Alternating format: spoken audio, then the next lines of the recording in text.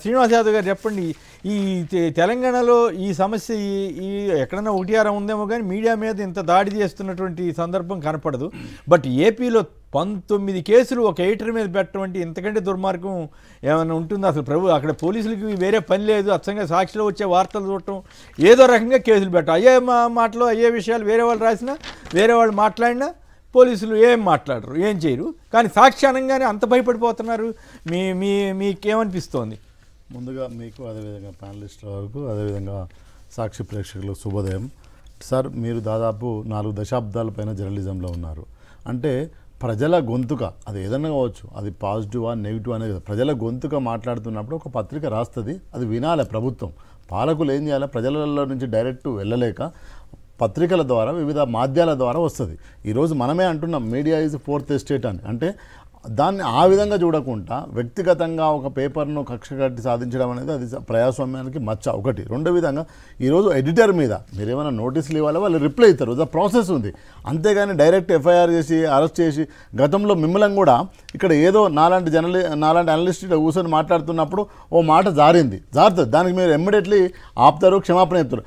అట్లా జరిగినప్పుడు కూడా మీ మీద కేసు పెట్టి మరి జైలుకు పంపించడం జరిగింది. నేనేమంటున్నా అంటే ప్రజాస్వామ్యంలో ఈ దేశంలో రాజ్యాంగం అమలవుతున్నప్పుడు స్పష్టంగా ప్రజల గొంతుగా ఒక పత్రిక మాట్లాడుతుంది కాబట్టి దాన్ని వినే ఓపిక ప్రభుత్వానికి ఉండాలి.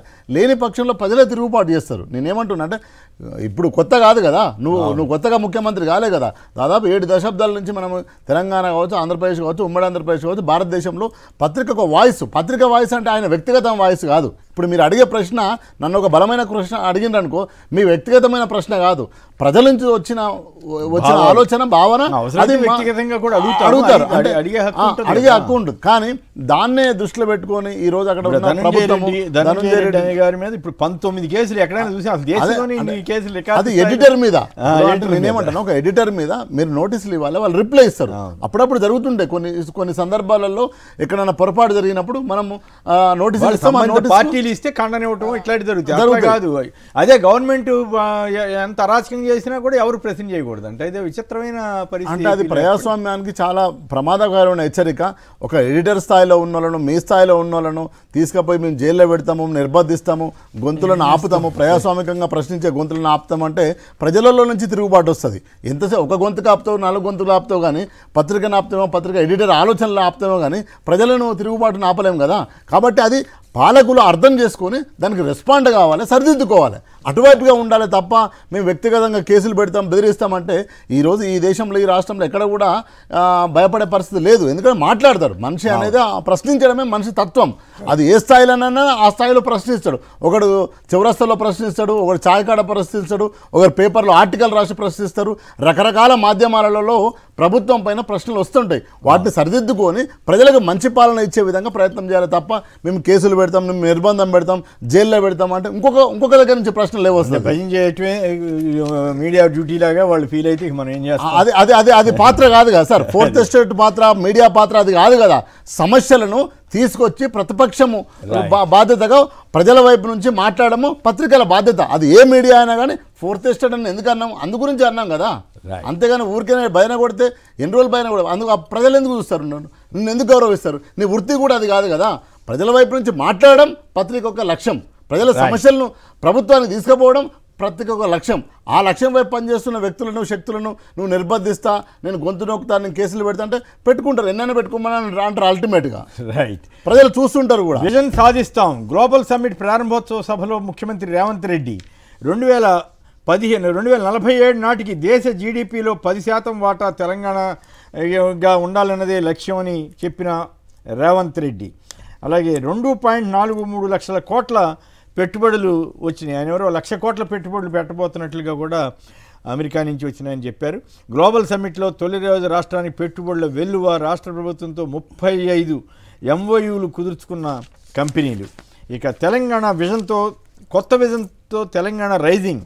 వచ్చే 10 ఏళ్లలో రాష్ట్రం ప్రపంచంలోనే టాప్. ఈ ప్రపంచం అన్న పదం బహుశా మరి అనొచ్చాను కూడా చంద్రబాబు గారి దగ్గర నుంచి నేర్చుకున్నారో ఏం పాడు. ప్రపంచంలో నెంబర్ 1, దేశంలోనే అని నెంబర్ 1, ఆ తర్వాత ప్రపంచంలో నెంబర్ 1 అంటారు. ఇప్పుడు రేవంత్ రెడ్డి గారు కూడా ప్రపంచంలోనే టాప్ వచ్చే 10 ఏళ్లలో అంటున్నారు. నిజంగా అట్లా చేయగలిగితే గ్రేట్ గ్రాండే కానీ. బట్ అభివృద్ధి కోసం ప్యూర్ రేర్ మోడల్స్ పారిశ్రామిక భూముల కన్వర్షన్కి సంబంధించి ఆయన మరింత విశ్వాసంతో ముందడుగు వేస్తున్నాం గ్లోబల్ సమ్మిట్లో సీఎం రేవంత్.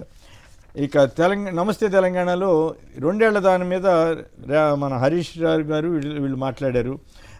2 ఏళ్ల పాలనపై బీఆర్ఎస్ ఛార్జ్షీట్, 2 ఏళ్ల మొండి చెయ్యి, రేవంత్ ప్రైవేట్ లిమిటెడ్ పాలనలో ప్రజలకు వేదన రోదన, సబ్బన్న వర్ణాలకు సర్కార్ ఢోకా, అడకెక్కిన కాంగ్రెస్ 6 గ్యారంటీలు, నాడు ఇన్వెస్ట్మెంట్ క్యాపిటల్గా హైదరాబాద్, నేడు క్రైమ్ క్యాపిటల్, సెటిల్మెంట్లు, అవినీతి కేర్ ఆఫ్ పాలన, బిల్డప్ బాబాయ్ గారు రేవంత్ అంటూ నమస్తే తెలంగాణలో బీఆర్ఎస్ వారు కాస్త ఘాటైన విమర్శలు చేస్తారు ప్రతిపక్షం కాబట్టి. బట్ ఓవరాల్గా వాళ్ళ వ్యాఖ్య 2 ఏళ్ల మొండి చెయ్యని వ్యాఖ్యానించారు.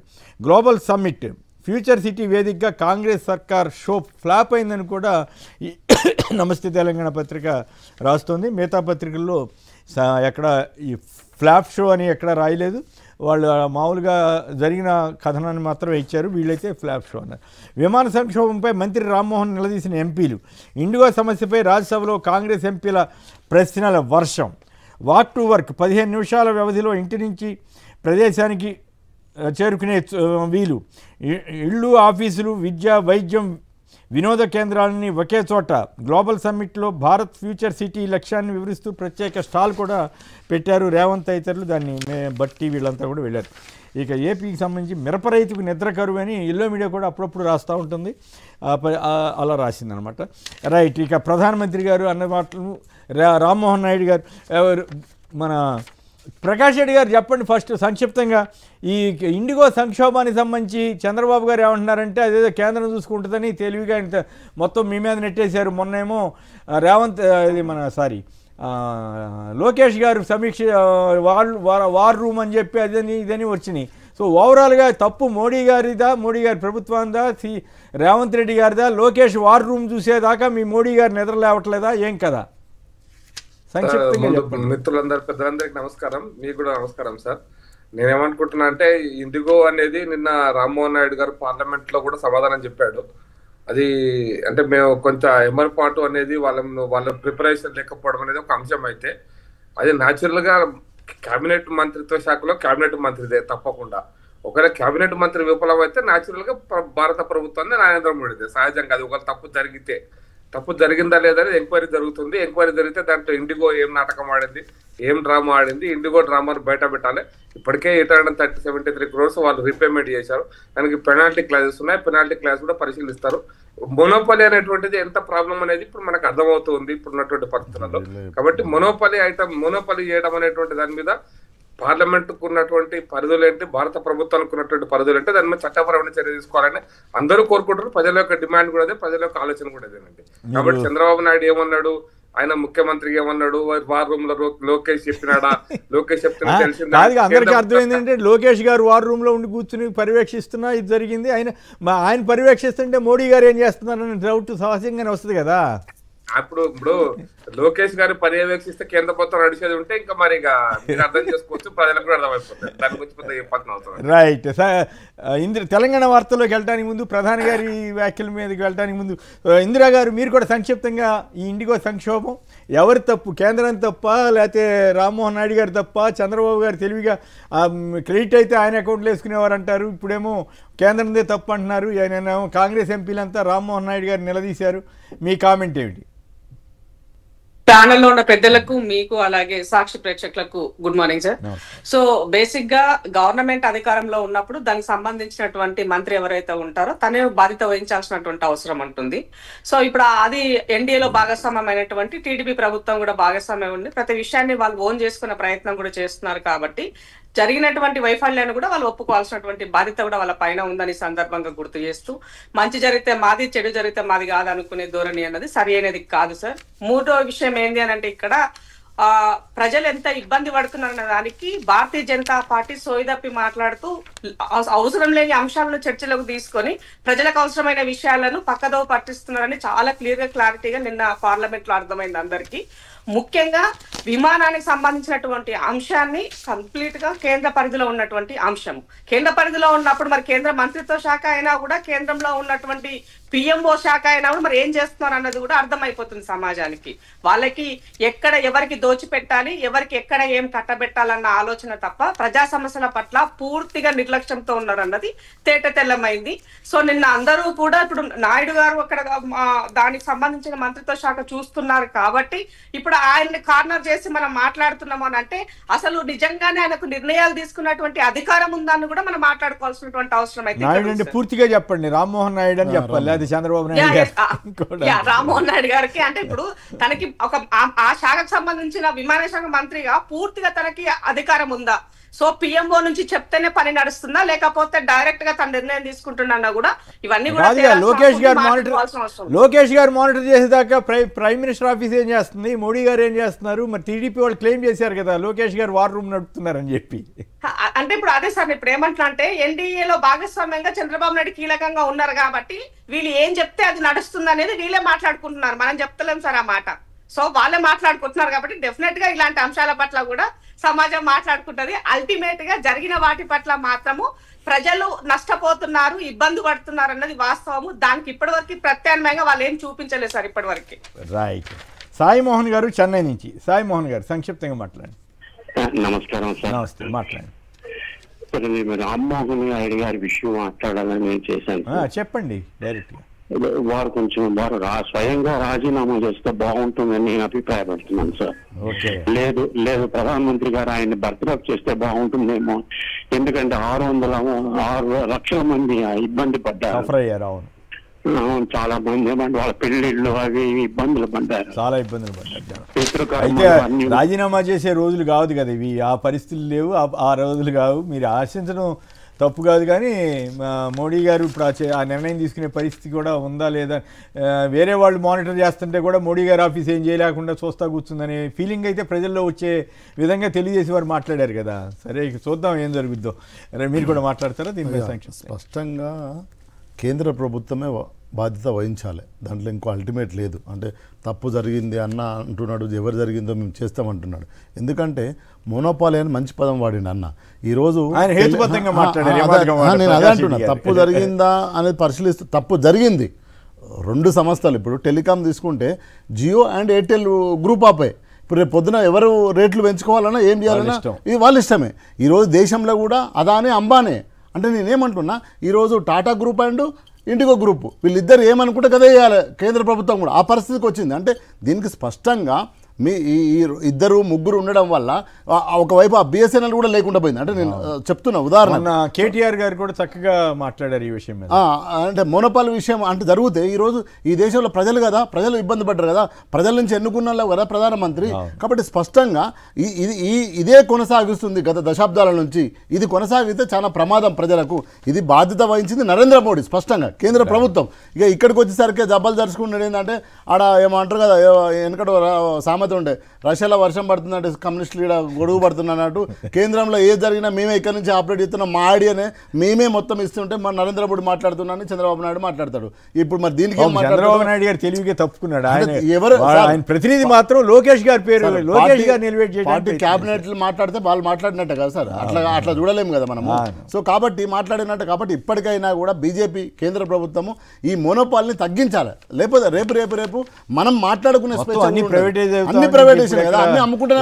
ఏపీలో అయితే 17 మెడికల్ కాలేజీలో 10 మెడికల్ కాలేజీలని ఆయన జగన్ గారు గవర్నమెంట్లో తీసుకొచ్చి ఈయన ప్రైవేటైజ్ చేసేస్తానండి. నేనేమంటున్నా సార్, మొత్తం ప్రైవేటీకరణ చేసుకుంటా పోతే అల్టిమేట్గా ఏమవుతుంది, ప్రజలు ఇబ్బంది పడుతుంది, తిరుగుబాటు జరుగుతుంది.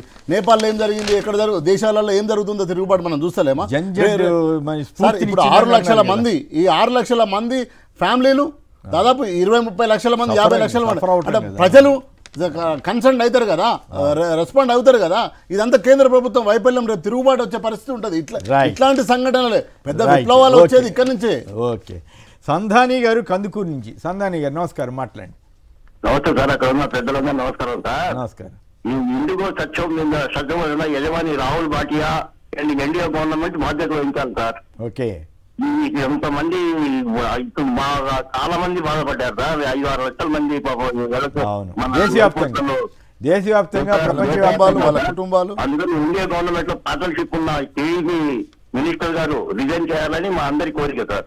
Right, okay, right. నెహ్రూది విశ్వాసఘాతకం అంటున్నారు మోడీ గారు, మీరేమంటారు ఇందిరా గారు? ఆయన వందే మాతరం గీతానికి సంబంధించి చర్చలో ఆయన మాట్లాడిన తీరు ఎలా ఏ రకంగా ఉంది? సరే, ఇప్పుడు భారతీయ జనతా పార్టీ వాళ్ళు ఏమున్నదని చేస్తున్నారు సార్? వాళ్ళు ఎప్పుడైనా ఈ సమాజంలో స్వతంత్ర ఉద్యమంలో గాని పోరాటంలో గాని వాళ్ళ భాగస్వామ్యం ఏముంది సార్? చరిత్ర లేని వాడు చరిత్ర గురించి మాట్లాడితే ఈ ప్రజలు నమ్ముతారా సార్? వాళ్ళకు పేజీ లేదు చరిత్రలో. చరిత్ర ఉన్నోని పేజీ చింపేస్తే కథమైపోతుంది అనుకుంటున్నారు వాళ్ళు. రికార్డు స్థాయిలో మూడోసారి ప్రధానమంత్రి అయితే నాన్ కాంగ్రెస్ ముఖ్య ప్రధానుల్లో ఆయనకి చరిత్ర లేదని ఎట్లా అంటారు? అది కరెక్ట్ కాదు. ఒక మాట, నేను ఎక్కడ చరిత్ర స్వతంత్ర పోరాటంలో అసలు రావడానికి మూలమైనటువంటి దాంట్లో వాళ్ళ చరిత్ర ఏంటి, వాళ్ళ పాత్ర ఏంటి అని అడుగుతున్నాను. వందే మాత్రాన్ని కూడా వాళ్ళ దానిని కించపరిచే పరిస్థితిలో వస్తే గతంలో వాళ్ళు చేసినటువంటి దానిని మీరు ఒక 150 years అని ఒక సెలబ్రేషన్ చేసిందంటే ఈ సమాజం మిమ్మల్ని హర్షించింది. కానీ పార్లమెంట్ సాక్షి పట్టుకుని పచ్చి అబద్ధాలు మాట్లాడితే ఎవరు చెప్తారు సార్? వాళ్ళకి ఎప్పుడు ఏ సమస్య వస్తుంది అనగానే ఫస్ట్ నెహ్రూ పేరు గుర్తొస్తుంది, పటేల్ పేరు గుర్తొస్తుంది. ఇవి రెండు కాంట్రవర్సీలు తీసుకొచ్చి ముందు పెట్టాలి. సో ఇవాళ రేపు పశ్చిమ బెంగాల్ ఎలక్షన్స్ ఉన్నాయి కాబట్టి, వెస్ట్ బెంగాల్ ఎలక్షన్స్ ఉన్నాయి. సో ఆ ఎలక్షన్స్ నేపథ్యంలో అక్కడి నుంచి వచ్చినటువంటి బకిం రాసినటువంటి దానిపైన ఇప్పుడు దాన్ని ఒక ఉద్వేగభరితమైనటువంటి ముందుకు తీసుకెళ్తే ఇది ఓటు రూపకంగా ఉపయోగపడుతుంది అనేటువంటి ఒక స్వార్థపూర్వమైన రాజకీయంలో గత పెద్దలు చేసినటువంటి విషయాలను కూడా వక్రీకరించే పరిస్థితికి దిగజారిపోయి రాజకీయాలు చేస్తే ఏ సమాజంలో ఉన్నాం సార్ మనము? చెప్పండి. సో ఇది నిజంగా వాళ్ళు చర్చ చేయాల్సి వస్తే ప్రజల పట్ల తిండికి లేక వాళ్ళకి కావాల్సిన ఆర్థిక వసతుల పట్ల, మౌలిక వసతుల పట్ల, విద్య పట్ల, వైద్యం పట్ల చర్చ చేయండి సార్. మీ చిత్తశుద్ధిని చాటుకోండి. ఉద్యోగాల కోసం మీ చర్చ చేసి చిత్తశుద్ధి చాటుకోండి. ఈ సమాజానికి మీరు ఏం చేస్తున్నారో చెప్పండి. 12 సంవత్సరాల్లో నెహ్రూ 12 సంవత్సరాలు జైల్లో ఉంటే నువ్వు 12 సంవత్సరాల్లో ఏం సాధించినావు? ఇవాళ మీరు వచ్చిన తర్వాత దేశ అప్పు ఎంత దాని గురించి మాట్లాడండి. 70 సంవత్సరాల్లో మేము చేసిన అప్పు 75,000 కోట్లు అయితే మీరు వచ్చినాక 200 కోట్లు ఎందుకు అయిందని అడుగుతున్నాము. వాటి గురించి చర్చ చేయండి మీరు. అవి లేవు, అవి చర్చకు రావు. ధరలు ఎందుకు పెట్టినా చర్చకు రావు. మనకు కావాల్సిందల్లా గాంధీ కుటుంబాన్ని ఎక్కించాలి, గాంధీ కుటుంబం గురించి మాట్లాడాలి. నేను ఒక వీడియో చూశాను ఇందిరా గారు, నాకు గుర్తుకొచ్చింది. నేను ఒక వీడియో చూశాను. ఈయన ముఖ్యమంత్రిగా ఉన్నప్పుడు ప్రధానిగా మోడీ గారు ఈ రూపాయి విలువ పడిపోతే మన్మోహన్ సింగ్ గారి మీద ఇంత ఎత్తున ఎగిరిపడ్డారు. తీరాస్తే ఇప్పుడు 90కి వెళ్ళిందని చెప్పి కొందరు గుర్తు చేస్తూ సోషల్ మీడియాలో పెడుతున్నారు. ఇప్పుడు రూపాయి విలువ పడిపోయి వీళ్ళు ఏం చెప్పినారు? రూపాయి విలువ పెంచుతామని చెప్పారు. రూపాయి విలువ ఎక్కడుంది, డాలర్ విలువ ఎక్కడ ఉన్నది, దాని గురించి మాట్లాడండి. మీ హయాంలో ఏం జరుగుతుంది అన్న దానికి అది లేదు. ఇప్పుడు ఎంత నిజంగా నాకు పొద్దున చూడగానైతే చాలా ఇట్లా అంబరీషంగా అనిపిస్తుంది. అసలు దేశం ఎట్టుపోతుంది, సమాజం ఎట్టుపోతుంది, చర్చ ఏం జరుగుతున్నది, విలువైనటువంటి సమయాన్ని పార్లమెంట్ లో దేనికి ఉపయోగిస్తున్నారు? మీరు రాజకీయ కోణంలో మీకు కావాల్సిన అంశాన్ని చర్చకు తీసుకొస్తారు, దానిపైన చర్చ జరుపుతారు. ప్రజలకు కావాల్సినటువంటి రిజర్వేషన్, బీసీ రిజర్వేషన్ చర్చ చేయరు. ఈ ప్రజలకు కావాల్సినటువంటి కొల్లుగొడుతున్నారంటే దానిపైన చర్చ చేయరు. ప్రజలకు ప్రాథమిక హక్కుల పైన చర్చ జరగదు. కానీ ఇలాంటివి ఎందుకు చర్చకు వస్తాయనంటే మొత్తము వాళ్ళ చేతిలోనే వాళ్ళు చెప్పినట్టుగానే నడుస్తుంది పార్లమెంట్ కాబట్టి చేస్తున్నారు. కాబట్టి దయచేసి భారత సమాజాన్ని ఒక విజ్ఞప్తి చేస్తాను సార్, అబద్ధాలకు మీరు ఎప్పుడైతే చెక్కు పెడతారో వాస్తవాలు బయటకు వస్తాయి, సత్యాలు బయటకు వస్తాయని తెలియజేస్తున్నా. మీ దగ్గర దాని తాలూకా ఉన్నటువంటి హిస్టరీ ఏముందో బయట పెట్టండి.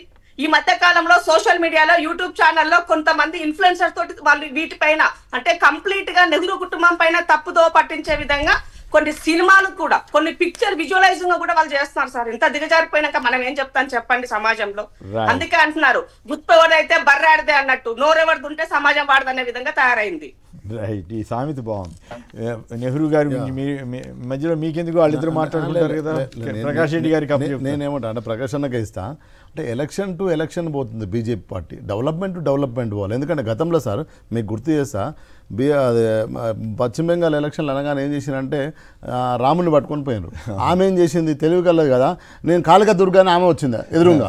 సో రాముని వర్సెస్ కాళికా దుర్గానే, Ramulu non local, Kalika Durga local అనే కాడికి వచ్చింది. అంటే దేవుడిని ఏ రకంగా వాడుకో అంటే నేనేమంటున్నా, మీరు ఇప్పుడు బీహార్ అట్లా పోయింది కదా సార్ వాళ్ళు. నేనేమంటున్నా, మీరు చేసిన 10 ఏళ్ళ అభివృద్ధిని ముందు పెట్టి పోండి. ప్రజలు ఏ తీర్పిస్తే ఆ తీర్పిస్తారు, మీకోసారి వాళ్ళకోసారి. వీళ్ళు జై శ్రీరామ్ అంటే వాళ్ళు జై కాళికామాత అన్నారు. అంటే ఏమైంది ఇప్పుడు?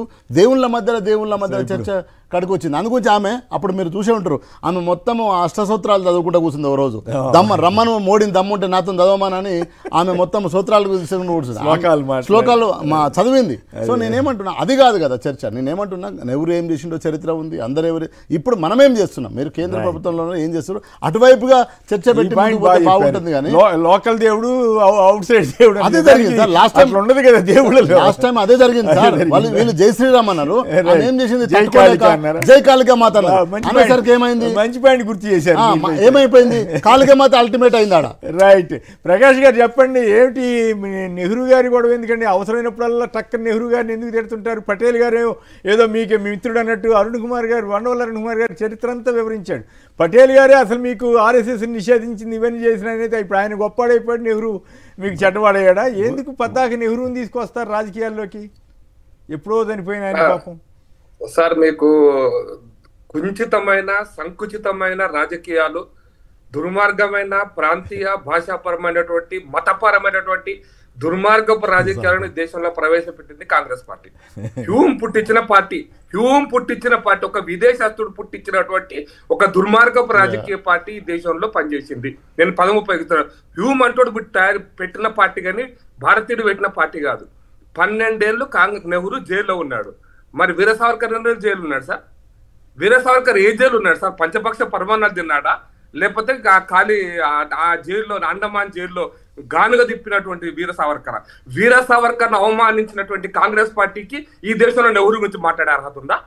కాలాపత్తర్ జైల్లో అనుభవిస్తే ఆయన సరెండర్ అయిందని చెప్పినటువంటి ఒక దుర్మార్గపు రాజకీయ పార్టీ.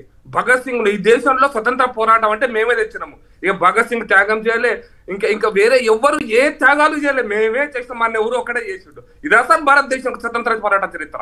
ఇదా సార్ స్వతంత్ర పోరాట చరిత్ర? ఈ చరిత్రను ప్రజలకు చెప్తే మీ 50 సంవత్సరాల పాటు నెహ్రూ మాత్రమే, ఇందిరాగాంధీ మాత్రమే, కాంగ్రెస్ పార్టీ మాత్రమే స్వతంత్ర పోరాటంలో, ఇంకెవ్వడు లేడు, మేమే ఉన్నాం అని చెప్పుకున్నటువంటి దుర్మార్గ చరిత్రను ఈ దేశ ప్రజలకు ఇచ్చినటువంటి కాంగ్రెస్ పార్టీని బొంద పెట్టారనేటువంటి పదం నేను ఉపయోగిస్తున్నా. ఈ దేశంలో అందుకోసం కాంగ్రెస్ ఆవేశంగా మాట్లాడమాకండి. మోడీ గారి కంటే ఆవేశంగా మాట్లాడితే ఎట్లా? మీరు సోయి మాట్లాడుతున్నారు సార్. సోయి తప్ప మాట్లాడుతున్నారు. సోయి అనే పదం ఉపయోగిస్తారు. అట్లాంటి పదాలు వద్దులేండి. ఇప్పుడు చర్చ వేరు, చర్చ ఒకటైతే ఇప్పుడు వందే మాతరం గీతానికి నెహ్రూ గారికి లింక్ పెట్టి సోయి తప్పలే సార్. నేను సోయి తప్పలే, నేను సోయితోనే మాట్లాడుతున్నా. సోయి తప్పినట్టే నేను సోయిలో ఉంటే ఇట్లాంటి మాటలు మాట్లాడరు. మొన్న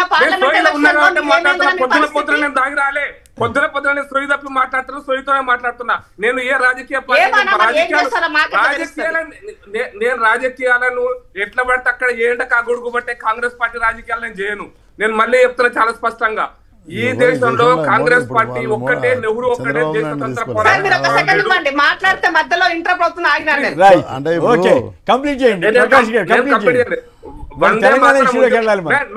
సార్ ఒకటే వందే మాతరం ఉద్యమం బెంగాల్ది కాదు సార్. నిన్న సంకుచితంగా పార్లమెంట్ లో అది బెంగాల్ కోసం మాట్లాడుతున్నారన్నారు. నిన్న మోడీ గారు సుబ్రహ్మణ్యం భారతి గురించి చెప్పాడు. సుబ్రహ్మణ్యం భారతి రాసినటువంటి జాతీయ ఆ పతాకంలో కూడా వందే మాతరం రాసిందని చెప్పినాడు. తమిళనాడులో వందే మాతరం జరిగింది, వందే మాతరం గురించి ఉద్యమం జరిగింది. హైదరాబాదులో కూడా నిజాం సంస్థానంలో కూడా వందే మాతరం అని చెప్పి రామచంద్రరావు గారు ఇక్కడ నుంచి జైలుకు పోబడ్డాడు, రెస్టికేట్ చేయబడ్డాడు. ఇదేదో సంకుచితమైన బెంగాల్ రాజకీయాల కోసం పరిమితం చేసేటువంటి నీచ స్థాయికి నా పార్లమెంట్ లో కూడా దిగజారింది కాంగ్రెస్ పార్టీ అంటున్నా. హైదరాబాద్ వందే మాతరం రామచంద్రరావును ఇంక్లూడింగ్ అట్లా కాదు ప్రకాష్ గారు, మీ వాదన బాగానే ఉంది. కాదు ప్రకాష్ గారు ఒక్క నిమిషం, మీరు ఒక్కసారి మీకు ఆర్ఎస్ఎస్ భావజాలం అంతా ఒక్కసారి పూర్వకం ఉన్నట్టు మాట్లాడుతున్నారు. కానీ ఒక్క నిమిషం ఒక్క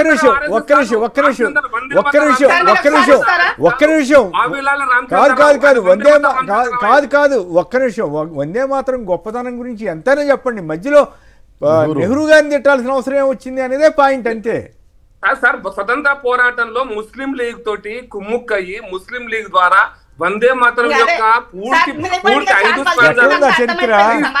5 స్థానాలను వందే మాత్రంలో పెట్టకుండా మతోన్మాదపు ఉన్మత్తులో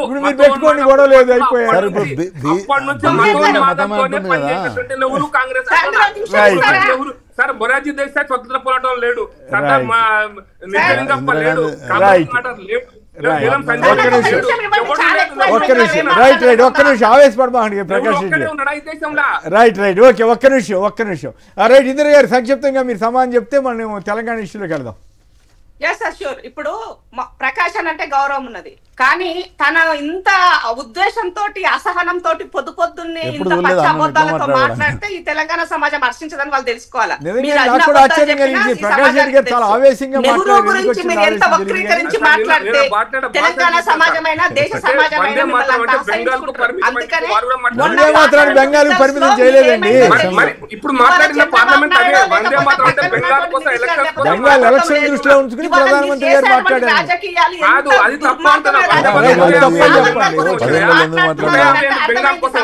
నెహ్రూ గారు ఏం చేశాడు అన్నది అర్థం కావట్లేదు. అది నెహ్రూ గారు నెహ్రూ గారు ముస్లింలకు సంబంధించి ఓవైసీ మాట్లాడండి సార్.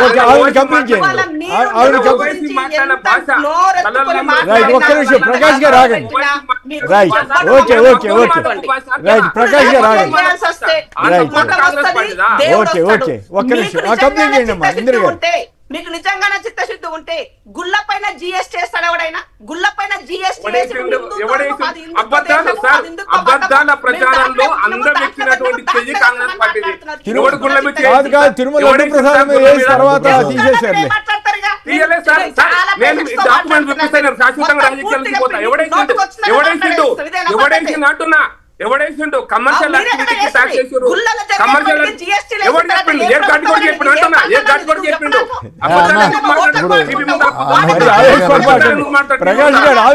దయచేసి నా దగ్గర కాపీస్ ఉన్నాయి. నేను మీరు చెప్పినాగానే ఇట్లాంటి వాళ్ళు అబద్ధం మాట్లాడుతుంటే నెల రోజుల కింద నేను జిఎస్టీ ఆఫీస్ పోయి మొత్తం కాగితాలు తెచ్చుకొచ్చుకున్నా. జిఎస్టీ వేసిండ్రా అంటే జిఎస్టీ గుళ్ళ మీద వేయలేదు. కాదు తిరుమల లడ్డూకి తయారు చేసే ఇంగ్రీడియంట్స్ మీద వేసినట్టు గుర్తు నాకు. ఆ తర్వాత జనం అంతా ఈ రాజకీయ పక్షాలు వీళ్ళంతా డిమాండ్ చేసిన తర్వాత తీసేసినట్టు కూడా గుర్తు నాకు. అది నేను చెప్పి సార్ నేనేమంటున్నాను సార్, గుడి దగ్గర కొబ్బరికాయలు అమ్ముతారు సార్, బయట రోడ్డు మీద అమ్ముతారు. దానికి వేయొద్దు అనేటటువంటిది అంటే కమర్షియల్ యాక్టివిటీ, గుడి యాక్టివిటీ. దేవుని పూజారికి దేవుని పూజ హుండీ మీద జిఎస్టీ వేస్తారా? ఒక్క నిమిషం కాదు ఒకటి మాత్రం వాస్తవం అండి. కాదు కొందరు ఏమడుగుతున్నారంటే ఒక్క నిమిషం ప్రకాష్ గారు ఒకదానికైతే సమాధానం చెప్పాల్సి ఉంటుంది. నాకు ఈ మతాలు గొడవ ఇంట్లో లేదు, కానీ మీరు అవసరమైనప్పుడే ముస్లింలు వాటేసుకుంటున్నాం లేదా క్రిస్టియన్లు వాటేసుకుంటున్నాం ఉంటారు. కానీ అవసరం ఇంకో సందర్భంలోనేమో ముస్లింల కోసం వాళ్ళు ఇట్లా చేశారు వీళ్ళు ఇట్లా చేశారని మతపరమైన అంశాలని బాగా రెచ్చగొడుతున్నారనే విమర్శ అయితే ఉంది. ముస్లింలను అప్పీల్ చేయొద్దండి, వాళ్ళని వాళ్ళని తిట్టొద్దండి, వాళ్ళని అప్పీల్ చేయొద్దండి, వాళ్ళకు సాగిల పడొద్దండి, వాళ్ళని భుజాల మీద ఎక్కించుకోకండి. మనం మన తోటి సోదరులు అనుకుంటే ఈ సమస్యలన్నీ రావాలని మా అభిప్రాయం అండి. మన తోటి సోదరులు అనుకోవాలి తప్ప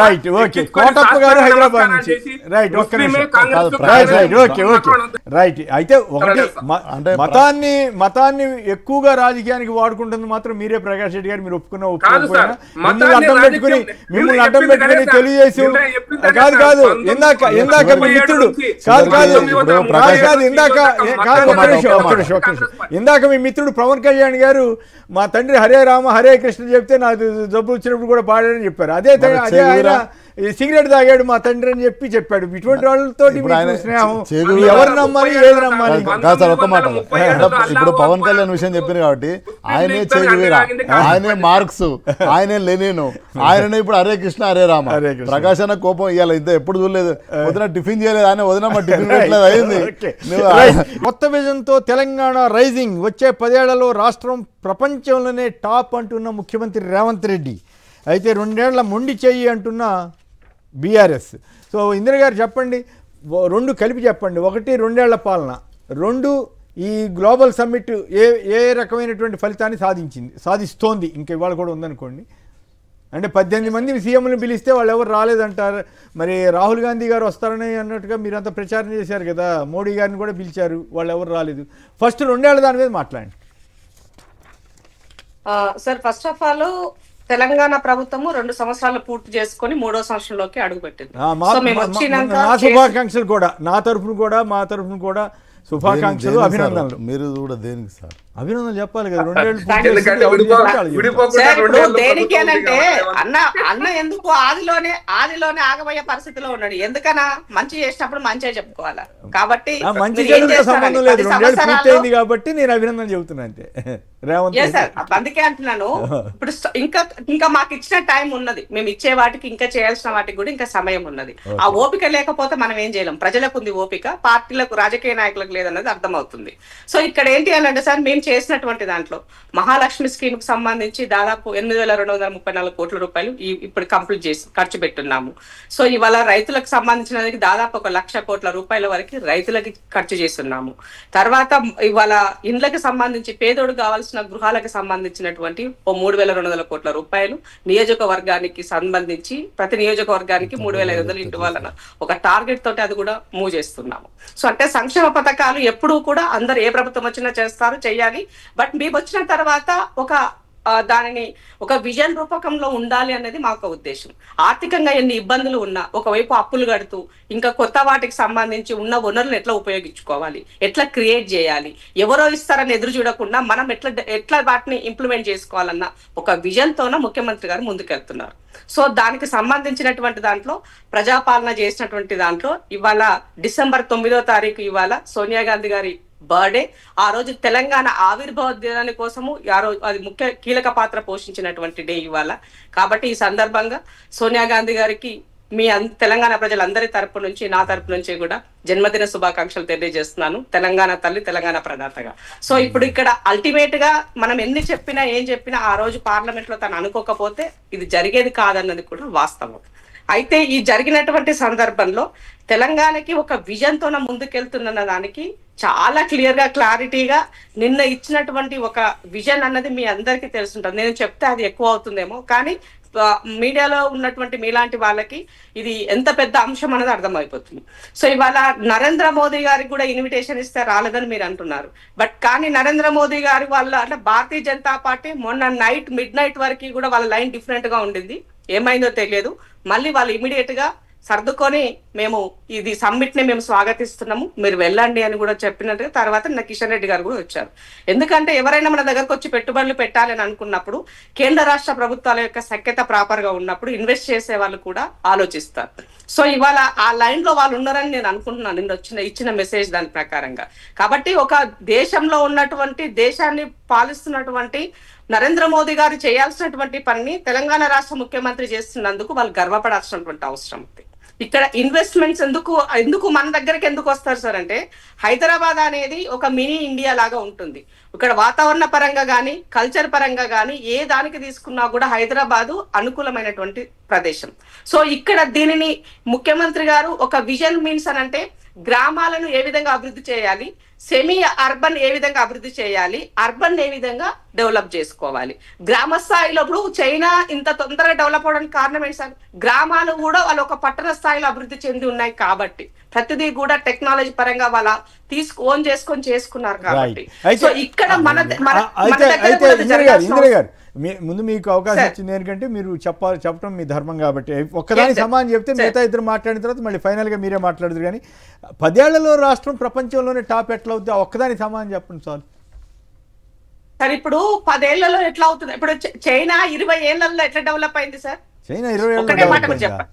అది ఎట్లా చైనా మనకన్నా వెనకబడి ఉన్నటువంటి అత్యధిక జనాభా ఉన్నటువంటి చైనా 20 సంవత్సరాలలో ప్రపంచ దేశాల ముందు నిలబడింది అని అంటే దానికి రీజన్ ఏంటి? ఒక విజన్ తో పనిచేస్తున్నారు కాబట్టి.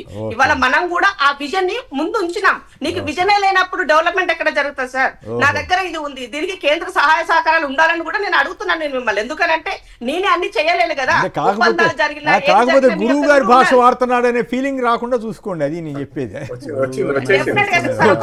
ఇక్కడ ఉన్నటువంటి దాంట్లో నేను పీపీ మోడల్ లో పనిచేస్తాను సార్. నేను పీపీ మోడల్ లో పనిచేస్తున్నాను. ఓన్లీ నేనే అంతా నేను అనట్లేదు, నేను ఒక నియంతలాగా బిహేవ్ చేయట్లేదు. నేను వెల్కమ్ చేస్తున్నాను. సమ్మిట్ బాగా సక్సెస్ అయిందా? ఎస్ సార్, నిన్న జరిగినటువంటి వరకు అయితే చాలా బ్రహ్మాండంగా వచ్చిన దాంట్లో దాదాపు 1,08,000 కోట్ల రూపాయలకి సంబంధించి నిన్న ఏమంటారు ఎంబోస్ కూడా జరిగి ఉన్నాయి. ఏపీలో 8 లక్షల కోట్లు వచ్చినాయని అక్కడ చెప్పుకున్నారు. మరి మీరేంది ఇక్కడ 2 లక్షలకే చాలా బ్రహ్మాండంగా అంటున్నారు? మరి ఏది రేపటి వరకు వేస్తారు సార్. నిన్న జరిగినటువంటి ఎంబోస్ వరకే మనం చెప్తున్నాం సార్. రేపటి వరకు ఎంబోస్ వేస్తారు ఇంకా మిగతా టైం ఉంది కదా సార్ ఈ ప్రాసెస్ జరుగుతున్నటువంటి సందర్భంలో. సో కాబట్టి ఇప్పుడు ఉన్నటువంటి జరుగుతున్నటువంటి నేపథ్యంలో ఇది అయితే ఒకటి మీరు అంకిల్ గారిని చేయలేదన్న సంగతి నాకు అర్థమైంది. అక్కడ గురువు గారు అంకిల్ గారిని చేయటంలో సిద్ధస్తుడు కాబట్టి అంకిల్ గారిని చేసి నేను ఇప్పుడు ఏదో మసిపూసి మార్కెట్ చేయాల్సిన అవసరం లేదు. నిన్న జరిగినటువంటి వీళ్ళిద్దరు కూడా మాట్లాడిన తర్వాత మళ్ళీ మాట్లాడదు దయచేసి ఒక్క నిమిషం. ప్రపంచ దేశం అంతా తెలంగాణ వైపు చూస్తున్నారు అని అంటే నాకు విజన్ ఉందన్నది మీకు అర్థమైంది. లాస్ట్ ఇయర్ దావోస్ కు వెళ్ళి తెచ్చాము కానీ దావోస్ కు వెళ్ళకుండా ఇక్కడ నా దగ్గర రైట్ ఓకే. మీరు ప్రకాష్ రెడ్డి గారు మీరు మాట్లాడిన తర్వాత మాట్లాడతారా ముందు మీరు మాట్లాడతారా? Right okay. శ్రీనివాస్ గారు చెప్పండి. ఎట్లా మీరు మొండి చేయి అంటారు 2 ఏళ్లలో, మరి అన్యాయంగా మొండి చేయి అని అంటాం ధర్మమేనా? సమిట్ ఎట్లా జరుగుతా ఉంది ఈ రెండు మీద? సార్ మనం అందరం కూడా తెలంగాణ ప్రజలతో సంబంధం ఉన్న వాళ్ళని, ప్రజలతో సంబంధం ఉన్న గ్రామాలలో తిరిగి వచ్చిన వాళ్ళని. వాళ్ళు ఇచ్చిన 6 గ్యారంటీలో ఏ గ్యారంటీ అయినా న్యాయంగా అమలైందో మా ఆడబిడ్డను గుండె మీద చేసుకొని చెప్పమాను. ఒక్కటన్నా ఇప్పుడు 3000 ఇల్లు నియోజకవర్గానికి ఇచ్చిరట, 3,000 కోట్లు ఎక్కడన్నా ఇటుకపల్లి పెట్టినరా అంటే నేనేమంటున్నా, అమలు కానీ హామీలు ఇచ్చి మీరు ప్రభుత్వంలోకి వచ్చిన తర్వాత కళ్యాణ లక్ష్మి ఇస్తున్నారు ఎక్కడన్నా? మీరు పింఛన్లుగా 2,000 4,000 పెడతారు. అక్క ఈరోజు తీసుకొని రవ్వ రేపొద్దు 4,000 సార్. నేను ఒకటి నాగరాజు అనే సార్ వినండి సార్, అది గంగలబోని సార్, బంగారం గంగలబోని నాగరాజు అనే ఒక అతను మొన్న పెళ్లి చేసుకుంటే బిడ్డ పుట్టిన తర్వాత కళ్యాణ లక్ష్మి చెక్కు వచ్చేసింది, రిలీజ్ అయింది. నేనేమంటున్నా సార్, మీరు మీరు ఎంక్వైరీ చేసుకుంటే నేను డీటెయిల్స్ ఇస్తా.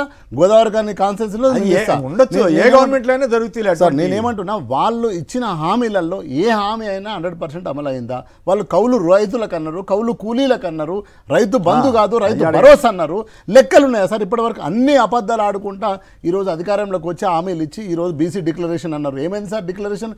ఏడిపోయింది సార్ రిజర్వేషన్?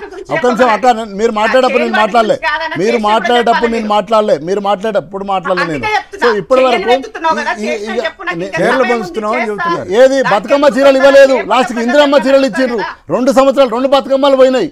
2 బతుకమ్మలు పండుగలు పోతే ఒక్క బతుకమ్మకు బతుకమ్మ చీర ఇవ్వకుండా ఇందిరమ్మకు నిన్న మొన్న చీర ఇచ్చారు. బతుకమ్మ పండుగ ఎప్పుడు సార్? ఎప్పుడు సార్? అక్టోబర్లో. మీరు మాట్లాడేటప్పుడు అక్కడ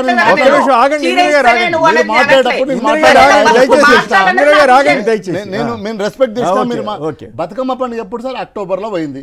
ఇప్పుడు ఏంది సార్? ఇది ఏంది డిసెంబర్లో. ఈ రోజు మీరు ఏమి ఇచ్చిండ్రు? ఇందిరమ్మ చీరలు ఇచ్చిండ్రు. ఎన్ని ఇచ్చారు? ఇంకా పట్టణాలలో ఇవ్వలే, మేము ఇస్తామంటారు. రేపు జిహెచ్ఎం ఎలక్షన్లకు ఇస్తారు. నేనేమంటున్నా అంటే, మీకు ప్రజలు మంచిగా ఇచ్చినప్పుడు, మెజార్టీ ఇచ్చినప్పుడు, ఇచ్చిన హామీలను అమలు వైపు మీరు ఏమైనా పనిచేస్తుండ్రా? ఎక్కడ పనిచేస్తలేరో తేలిపోతుంది కదా. 2 ఏళ్లలో ఏం సాధించారు అక్క విజయోత్సవాలు? నిన్న నర్సంపేట పోతే సార్, మీకు వీడియో కావాలంటే పంపిస్తా, ప్లే చేయండి. నర్సంపేట మొన్న పోయి వస్తే తెల్లారి యూరియా కోసం, యూరియా బత్తాల కోసం ఖానాపూర్ మండలంలో ధర్మారావుపేట, మీరు రాసుకోండి, మనం జర్నలిస్ట్ పంపించండి. ధర్మారావుపేటలో తన్నుకున్నారు, మళ్ళీ యూరియా కోసం కొట్లాడుకున్నారు. ఇంకా యూరియా బస్తాలు ఇవ్వలేకపోయిన రైతులకు. నేనేమంటున్నా అంటే, మీరు ఇచ్చిన హామీలను అమలుపరచండి. బ్రహ్మాండంగా మీరే అధికారంలోకి మళ్ళీ వస్తారు. మీరు అటువైపు ఆలోచించకుండా అబద్ధాలు ఆడుకుంటా ఇక పెట్టుబడుల గురించి చెప్తుంది అక్క. 1,00,000 కోట్లు వచ్చినాయి, దావోస్ పోయించు. ఎక్కడ కట్టిండ్రు అక్క? ఏం కట్టిండ్రు? ఏడ తెచ్చిండ్రు? నాకు చూపెట్టారు ఒకటి. మనం పోదాం అన్న. హైదరాబాద్ లో 150 కోట్లు 170 కోట్లు ఎకరం పలుకుతుందా? ఎక్కడ సార్? మేము తెచ్చినాం sir. T hub, T works, Google, Facebook, మొత్తం డేటా సెంటర్లను మేము 10 ఏళ్ళు కష్టపడి తెచ్చినాం. ఆ రోజు ఎట్లుండే సార్? 2013-14లో ఐటీ ఉత్పత్తులు ఎంత ఉండే సార్? 57,000 కోట్లు ఉండే. 1,83,000 కోట్లకు మేము పెంచినాం. దాదాపు 26% పెంచినాం. నేనేమంటున్నా, అభివృద్ధి అనేది ఒక ప్రభుత్వం నుంచి ఒక ప్రభుత్వం చేస్తుంటుంది, అది పరిణామ క్రమం. కానీ మీరు ఏమి అభివృద్ధి చేసారు? మీరు డల్లాస్ పోయినరు, ఇంకెక్కడికో పోయినరు. యాపిల్ దగ్గర ఫోటోలు తీసుకొని వచ్చిండు ముఖ్యమంత్రి. ఏమైనా తెచ్చిర్రా? ఒక 10 రూపాయలు తెచ్చి పెట్టుబడి పెట్టిర్రా? ఒక 10 ఉద్యోగాలు ఇచ్చిర్రా? అన్ని అబద్ధాలు. 2 లక్షల ఉద్యోగాలు మేము 1 ఇయర్లో పూర్తి చేస్తామన్నారు. నేను అక్క ఏమంటుందంటే, మా ఆడబిడ్డ ఏమంటుందంటే, ఇంకా మీకు ఓపిక ఉండాలి, ఇంకా 3 సంవత్సరాలు ఆగండి అంటుంది. నేనేమంటున్నా, మీరే పెట్టుకున్నారు అక్క 100 రోజులలో 6 గ్యారంటీలు 13 హామీలు అమలు చేస్తామని చెప్పారు అక్క. మీరు చెప్పిన మాట మేము గుర్తు చేస్తున్నాం అక్క. ఇప్పుడు ఎలక్షన్లు లేవు, ఇంకా 3 ఏళ్ళు మీరే పరిపాలించండి, బ్రహ్మాండంగా పరిపాలించాలని మేము కోరుకుంటున్నాం. కానీ ఇంకా 3 ఏళ్ళు మా సోదరులకు ఓపిక లేదు. ఎందుకు కోరుకుంటుంది అక్క? ఎందుకు కోరుకుంటుంది అంటున్నా. బంగారం ఏమన్నారు? ఒక్క నిమిషం అక్క, మీరు మాట్లాడతారు సార్. ప్రగతి భవన్ ప్రజాభవన్ చేసినాం సార్, ప్రజాభవన్ రాగండి. ముఖ్యమంత్రి రోజు కలుస్తాడు, మంత్రులు రోజు కలుస్తారు, ఎమ్మెల్యేలు రోజు కలుస్తారు. ప్రగతి భవన్ ఏమైంది సార్? పెళ్లి మండపం అయిపోయింది. డిప్యూటీ సీఎం బట్టి విక్రమార్క కొడుకు పెళ్లి చేసుకుంటాడు ప్రగతి భవన్ వల్ల. ఆ రోజు ఏమో బంగారు టెంట్లు ఉన్నాయి, బంగారు బాత్రూమ్లు ఉన్నాయి అన్నారు కదా. రోజు మేము కలుస్తామంటే ఫస్ట్ రోజు సార్ ముఖ్యమంత్రి మంత్రులు కలుస్తారంటే ఏడి మన పంజాగుట్ట చౌరస్తా కనుక లైన్ ఉండే సార్. మన టీవీలలో అన్ని టీవీలలో వచ్చింది. ఈరోజు ఒక్క మంత్రి ఉంటుండే సార్, ఆడ ఒక ఎమ్మెల్యే కలుస్తున్నా సార్. ఈ రోజు జనాలు ఆడికి రారా సార్? మీరు కూడా ఒక మాట మాట్లాడండి. 10 ఏళ్లలో ప్రపంచంలోనే టాప్ చేస్తానంటున్నాడు ఆయన. ఎవరు సార్? తెలంగాణని. ఇక ఆయన ఇచ్చిండు స్క్రిప్ట్ ఒక దగ్గర నుంచి వస్తుంది, ఆయన చదువుతాడు. ఆయన నెత్తి కాదు కత్తి కాదు ఏముండదు, ఊరికి మాటలే అబద్ధాలే తప్ప ₹1 పెట్టుబడి. నేనేమంటున్నా, ఈ 2 ఏళ్లల్లా ఇప్పుడు అక్కని అడుగుతున్నా నేను, ఈ 2 ఏళ్లల్లా మీరు ఏ కంపెనీలు తెచ్చినా చెప్పండి. ఈ 2 ఏళ్లలో చెప్పండి. ప్రకాష్ రెడ్డి గారు చెప్పండి. శ్రీధర్ బాబు ఒక్క నిమిషం సార్. ఆయన ఏమైనా మన పొంగులేటి రెడ్డా బాంబులేటి రెడ్డా ఎటుకో పోయిండు పక్క దేశం. మేము మూసీ నదిని సుందరీకరణ చేస్తామని 4 కెమెరాలు పట్టుకుపోయి ఫోటోలు తీసి సెల్ఫీలు పంపించాడు. ఏమైంది మూసీ నది? ఎటుపోయింది? రైట్. అప్పుడే వచ్చేస్తాయి. 1 ఇయర్ అయిపోయింది సార్. మీరు హుసేన్ సాగర్ కొబ్బరి నీళ్ళు ఆయన పోయొచ్చి 1 ఇయర్ అయింది. పొంగులేటి శ్రీనివాస్ రెడ్డి 10 ఏళ్ళు వేయలేరు కదా. హైదరాబాద్ ను ఆగమాగం చేసి పేదోని గుడిసెల హైదరాబాద్ పెట్టి కూలగొట్టలే. హైదరాబాద్ బాగా చేశారు. అభివృద్ధి చేసినాం మేము, డెవలప్మెంట్ నెంబర్ 1 చేసినాం సార్ మేము. ధాన్యం ఉత్పత్తిలో కూడా గ్రామాలను కూడా ధాన్యం ఉత్పత్తిలో నెంబర్ 1 చేసినాం. 2 ఏళ్లలో మేము 24 గంటల కరెంట్ ఇచ్చాం. అవి వాస్తవాలే. ఒక్క నిమిషం ప్రకాష్ గారు చెప్పండి. 2 పాయింట్లు. 1 2 ఏళ్ల పాలన మీద, 2 గ్లోబల్ సమ్మిట్ సక్సెసా కాదా? 10 ఏళ్లలో ప్రపంచంలోనే టాప్ చేస్తానంటున్న రేవంత్ రెడ్డి గారికి మీరు సహకరిస్తున్నారా లేదా? సార్ సరిగ్గా వారు మాటలు కోటలు దాడుతున్నాయి. 2020 విజన్ 2020 టైప్. అది అయితే దాని పరిణామం ఏమైందో మీకు తెలుసు. ఇప్పుడు కూడా ఏం జరగబోతుందో మీకు అర్థమైపోతుంది. అది మనకు కొత్తగా చెప్పక్కర్లేదు. ఈయన కాదు, ఎవరన్నారో తెలుసు, ఏం జరిగిందో తెలుసు. ప్రకాష్ గారు చెప్పండి. ఏం జరిగిందో కూడా తెలుసు సార్. కాకపోతే నిన్న ఇందిరా గారు ఒక మాట అన్నారు, మొన్న రాత్రి డిసైడ్ చేశారని. అది తప్పండి. వెనకక్కానికి ఇల్లు తగలబెట్టి ఇట్లనే రాజకీయాలను కలుషితం చేయొద్దండి. కిషన్ రెడ్డి గారు మొన్న ఉదయమే ఇన్విటేషన్, అంతకుముందు రోజు సాయంత్రం ఇన్విటేషన్ పంపించగానే వారు ప్రోగ్రామ్ ఫిక్స్ అయింది. అందుకోసం నేను ఉండిపోయినారు. నేను వారు ఎంబడే ఉన్నా జరుగుతున్న పరిణామాలు. అప్పుడు మొన్న రాత్రి ఇప్పుడు ఏదో డిసైడ్ చేసుకున్నారు. 2 ఏళ్ల దాని మీద చెప్పండి. 2 ఏళ్ల దాని మీద 10 ఏళ్లలో తెలంగాణ టాప్ అవుతుందా రేవంత్ రెడ్డి గారు ఆశిస్తున్నట్లుగా? నేను ప్రతి ఒక్కటి దీన్ని స్వాగతిస్తున్నా. ఎందుకు మేము దీన్ని సమర్థిస్తున్నాం, దీనికి సహకరిస్తామని చెప్పడానికి నేను చెప్తున్నాను సార్. మళ్ళీ దాన్ని రాజకీయం చేయొద్దని చెప్పడానికి. గ్లోబల్ సమ్మిట్ లో పెట్టుబడి రావాలి, తెలంగాణలో కంపెనీలు రావాలి, ఉపాధి ఉద్యోగ అవకాశాలు రావాలి, ఉన్న కంపెనీలు మూసేయకండి చెప్పదలుచుకున్నా సార్. అంతవరకు పరిమితం. దాన్ని మేము సహకరిస్తామని చెప్పిన దాని పరిణామాలు ఖచ్చితంగా ఉంటాయి సార్. నెంబర్ 2, మీరు 2 సంవత్సరాలు అన్నారు కదా, మీరు అభినందనలు చెప్పారు, చాలా కరెక్ట్ సార్. అభినందన. ఎందుకంటే 2 సంవత్సరాల పాటు ముఖ్యమంత్రి మారకుండా ప్రభుత్వాలు ఉండడం కరెక్ట్ అభినందనీయం సార్ రేవంత్ రెడ్డి గారికి. ఎందుకంటే ఇది అభినందనీయమైన అంశమే సార్. ఎందుకంటే మీరు అభినందనలు ఏడాది చెప్పాల్సి వస్తుంది, 6 నెలల కూడా చెప్పాల్సి వస్తారు. ఎందుకంటే ఆ ప్రభుత్వాలు ఎట్లుంటే మీరు చూస్తారు. కర్ణాటక భాగవతం చూశారు, గత ప్రభుత్వాలను కూడా చూశారు. కాబట్టి మీరు అభినందనలు చాలా కరెక్ట్ అభినందనలు సార్ మీరు చెప్పింది. నెంబర్ 2, మీరు అంతమంది పెద్దలు టీఆర్ఎస్ నాయకులు చెప్పిన దాంట్లోనే కరెక్ట్ సార్. 2 ఏళ్ల పాలనలో ఏం జరిగిందనే దానికి అబద్ధాల ప్రచారం తప్పిస్తే ఏమీ జరగలేదు తెలంగాణలో. ఏ ఒక్కటి నేను ఒక్క అంశం గురించి మాట్లాడతలేదు. వీళ్ళు చేశారా వాళ్ళు చేశారా పక్కన పెడదాం. మీరు ఏ అంశాలైతే చెప్పి అధికారంలోకి వచ్చారు, నేను మళ్ళీ అంటాను, మీకు ప్రజలు ఎందుకు ఓటు చేస్తారు? మీరు 6 గ్యారంటీలు, దాంట్లో 13 అంశాలు, దానికి అనుబంధంగా 63 గ్యారంటీలు 100 రోజుల గురించి మాట్లాడినారు. 100 రోజుల గురించి మాట్లాడితే మీకు ప్రజలు ఓటేసిండ్రు. ప్రజలు ఓటేసి అత్యవసర ఓట్లతోనే మీరు అధికారంలోకి వచ్చిండ్రు, 5% 3% తోటో. కాబట్టి మీరు అధికారంలోకి వచ్చిన తర్వాత మీరు అధికారాన్ని మేము చాలా గొప్ప చేసినామంటే మీ బాధ్యత అది. మీరు అధికారంలో రాకపోతే మీకు అసలు ఇవే వాగ్దానాలు చేయకపోతే మీకు అధికారం వచ్చేదే కాదు కదా. మరి అధికారం వచ్చినాక మేము చేసిన గొప్ప విషయం అంటే మీరు అధికారంలోకి రావడమే గొప్ప విషయం. ఎందుకంటే మీరు ఇచ్చే తప్పుడు వాగ్దానాల వల్ల. మీకు ఒక్కొక్క విషయం చెప్తా సార్. ఇంతకుముందు పెద్దలు రైతుల గురించి చెప్పారు, కౌలు రైతులు మర్చిపోయినారు. లేకపోతే మేము అడిగిన మీలాంటి ఇట్లాంటి డిబేట్ లో, అరే కౌలు రైతులు ఎట్లా గుర్తిస్తారా అంటే, మేము గుర్తిస్తాం, మాకు పెద్ద మెకానిజం ఉంది, ప్రపంచ ప్రఖ్యాతి గంచిన ఆర్థికవేత్తలు మా దగ్గర ఉన్నారు, మేము ఈ టీఆర్ఎస్ పార్టీ తప్పుడంతా తీసి పడేస్తాం. అరే లేదయ్యా, బడ్జెట్ 8 లక్షల కోట్ల అప్పు ఉంది, 6 లక్షల కోట్ల అప్పు ఉంది అంటే, లేదు మా దగ్గర మొత్తం ప్లాన్ ఉంది, మా ప్లాన్ మీకు ఏం చెప్తాం, మీరు చూస్తుండే ఇంప్లిమెంట్ చేస్తా ఉన్నారు. ఏమైంది మీ ప్లాన్?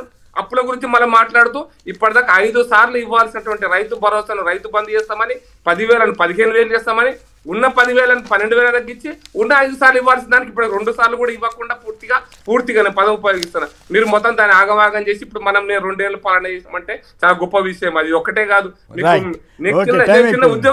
ఉద్యోగస్తులకు చెప్తాను సార్, వాళ్ళ మేనిఫెస్టోలో ఉంది, నేను అది వినిపిద్దాం అనుకున్నాను కానీ ఇప్పుడు బాగుండదని 3 DAలను వెంటనే ఇస్తామన్నారు. 3/6 అయినాయి, 3/6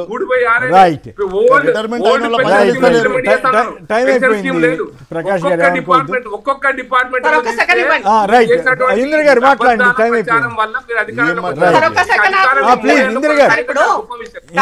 ఒక్క మాట చెప్తా సార్. ఇప్పుడు బీఆర్ఎస్ వాళ్ళది ఎట్లా ఉంది అని అంటే కేటీఆర్ కాన్వెంట్ లో చదువుకొని అమెరికాలో తిరిగి వచ్చినాడు. అయ్యో మారుమూల ప్రాంతం రిటైర్మెంట్ అయిన పైసలు ఇవ్వండి మీరు.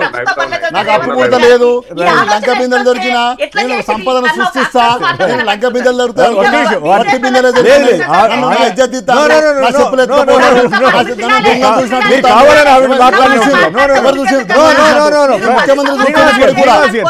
ఓటుకు దొరికినావు కదా అట్టే దొంగ చూసినట్టు. శ్రీనివాస్ గారు మీరు కావాలని అడ్డం పడ్డారు. ఏం కావాలని చెప్పండి. అబద్ధాలు ఆడితే సన్న బియ్యం వేయాలని అనిపించిందా? సన్న బియ్యం వేయాలి, మీరే ఇచ్చారు. సన్న బియ్యం మనకి మీరే ఇచ్చారు.